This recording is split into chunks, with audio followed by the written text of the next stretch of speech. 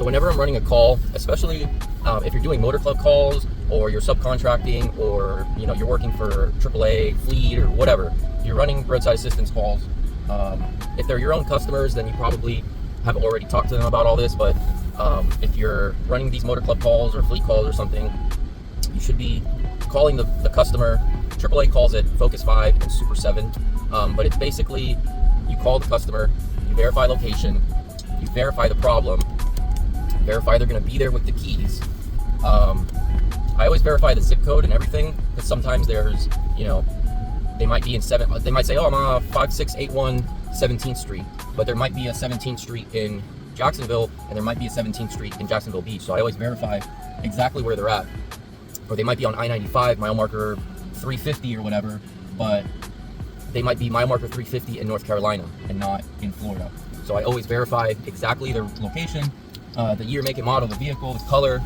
If they're in a parking lot especially, or like an apartment, I always make sure to call them when I'm like 5 minutes away. And I say, hey, I'm about to pull in. If you can meet me at the vehicle with the keys. I always say with the keys because I can't tell you how many times people will be at the car when you get there, and then the keys are inside, and then they have to go into the elevator, up into the office building or wherever the hell they're at, and then you're there 20 minutes waiting for the keys. So I always, 5 minutes before I call them, hey, make sure you're at the vehicle with the keys ready for me. If you're doing a tire call, you want to make sure you ask, do you have locking lug nuts? If so, do you have the key? Because if not, we can still get them off, but there's going to be an extra charge. If it's a call for a jump start or a no start, I'll usually ask. Sometimes people call for a jump start and they don't know the engine is turning over, and they don't know. They're just like, I've jump started my car in the past and it worked, so a jump start will fix anything. People don't know. They're not car savvy. They don't know. All they know is my car's not starting. Maybe a jump start will work. So I always ask them, is it a push button? Is it a physical key? And when you try to start it, does it make any sounds? And then see what they say. And sometimes they'll say, oh, it's clicking or whatever. If they say it's clicking, I ask them, is it a single click or is it multiple rapid clicks, like a buzzing? Because if it's multiple rapid clicks, then it's more than likely a battery. It could be an alternator, obviously, but most of the time that's going to be a battery. If it's a single click, it could also still be a battery, but it could also be a starter. I always ask them, is this the first time you've had trouble with it recently? So if there's a history of them having issues. And then if they say no, then they'll tell you your little backstory. I just like to make sure that I'm not going to show up and then I get there and the engine is turning over and it's a bad fuel pump and there's nothing I can do.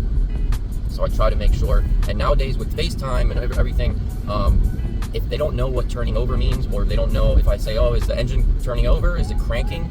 And they don't really know what that means, I just tell them, hey, can you just sit in the driver's seat, take a video, try to start the car, and let me hear it, and then send me the video. Because a lot of times people will do that. They'll send me the video and I can tell, oh, it's turning over, it won't start. I'm not going to waste my time, It'll save me an hour of driving to and from, and it'll just save you a lot of trouble. So I like to ask as many questions as possible to know what I'm getting into, to make sure I'll be able to solve the problem. Because also, if it's a customer that's paying you directly, you don't want to charge them for, let's say, a jump start, and then you get there, engine is turning over, it's a fuel pump, let's say, and then there's an issue where they're like, oh, well, the car didn't start, so I don't want to pay you.